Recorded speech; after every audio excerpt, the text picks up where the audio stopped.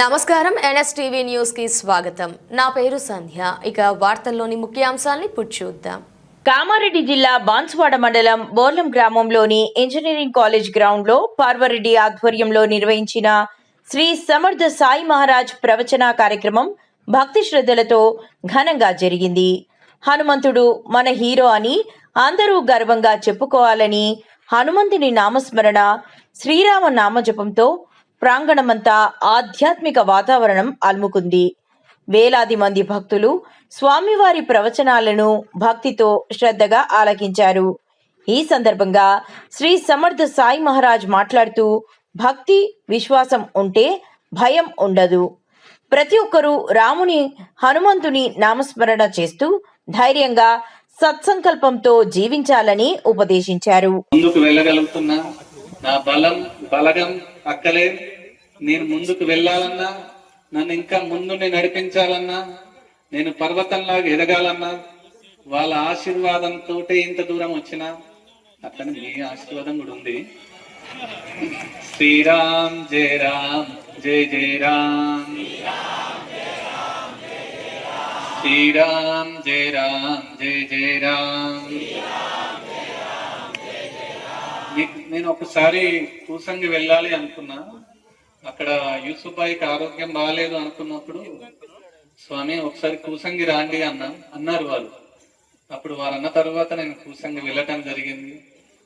వారి ఇంటికి పిలవలేదు. వారి ఇంట్లో శ్రీరామచంద్రుణ్ణి, సీతమ్మ వారిని, హనుమంతుల వారిని, లక్ష్మణుల వారిని పెట్టుకొని, ఒక మహమ్మదీయుడి ఇంట్లో మన శ్రీరామచంద్రుడు వచ్చి కూర్చోవటం అనేది మాటలు కాదు. అందుకనే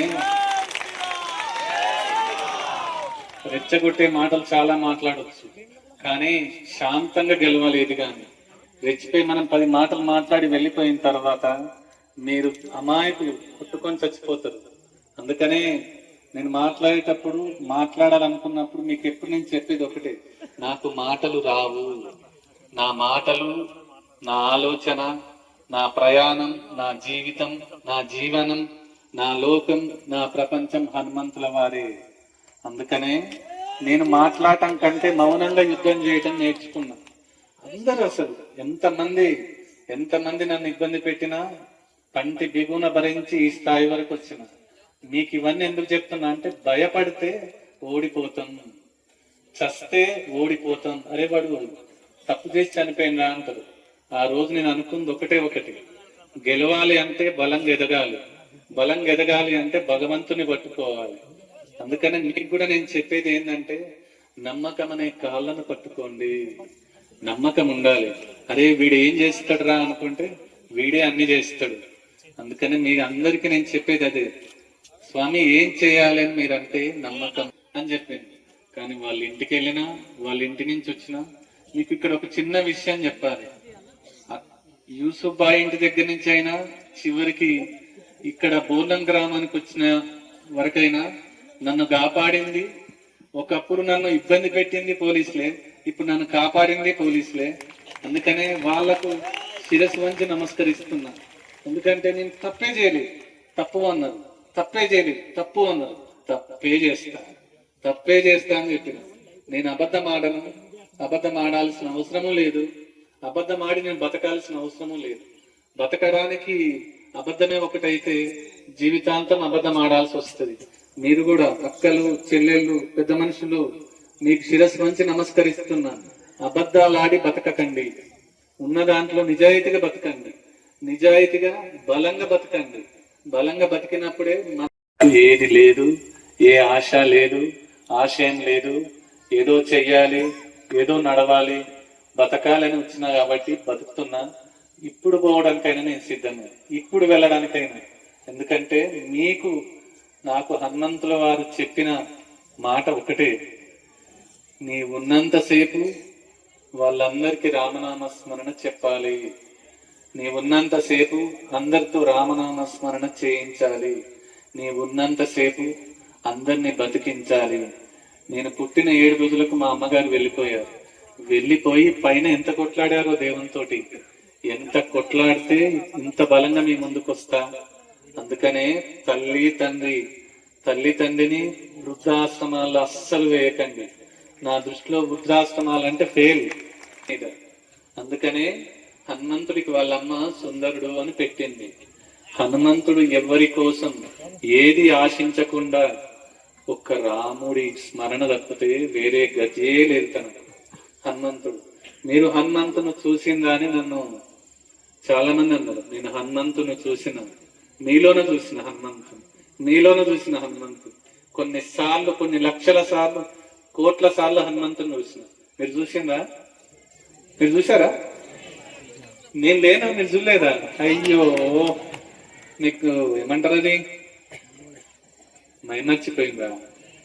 శ్రీరామ్ బతికే 7 సంవత్సరాలు బతికేటప్పుడు ఆయనకు అప్పటికి చెప్పిన, నీవు నా దగ్గర నుంచి వెళ్ళిపోకు బాలయ్య బాబు, నీకు మళ్ళీ ఇబ్బంది జరిగేది, వెళ్ళిపోకు అంటే, మనుషులు కదా తిట్టడం అలవాటే కదా, మీ దగ్గర నేను ఇంకెన్ని రోజులు ఉండాలి, నాకు నా కొడుకులు రమ్మంటున్నారు, నా కొడుకుల దగ్గర నేను వెళ్ళిపోతా, నా వయసు వచ్చేసింది అంటే నేను చనిపోయే వరకు నేను చూసుకుంటా కానీ నీ వెళ్ళకు అని చెప్పిన. ఆయన కోపంతో గేటు దాటి బయటకు పోయిన తర్వాత ఆయన కాలు చేతులు పడిపోయినాయి. కాలు చేతులు పడిపోయిన తర్వాత కూడా ఆయన తీసుకొని వచ్చి ఆయనకు ఒక 2-3 రోజులు సపర్యలు చేసిన, నేనే దగ్గర ఉంది. అయినా ఆయన వాళ్ళ కొడుకులు, మా నాన్న నేను తీసుకుపోతాము అన్నారు. ఆయన చనిపోయాడు. ఆయన చనిపోయిన తర్వాత ఆయన పాడ నేను మోసిన. ఆయన ఊరికి వెళ్ళి కమ్మరపల్లి గ్రామంలో అడగండి, ఆయన పాడ నేనే మోసిన. అప్పటికే అన్నారు, మీరెందుకు మోస్తుండ్రు స్వామి అన్నారు. గురువు అనేవాడు శిష్యుడి బాధలు మొయ్యాలి, అవసరం అనుకుంటూ శిష్యుడి శవాన్ని మొయ్యాలి. గురువు అంటేనే అది. వీళ్ళని ముట్టుకోవద్దు, వాళ్ళని ముట్టుకోవద్దు. కొంతమంది అనుకుంటారు ముట్టుకోవద్దు వాళ్ళను, వాళ్ళు కింది వాళ్ళు అంటూ ఎవరు లేరు. అందరం కింది వాళ్ళమే, అందరం ఒక్క దగ్గరికే పోతాం. కొత్తగా అందరూ ఎక్కడికి వెళ్ళరు.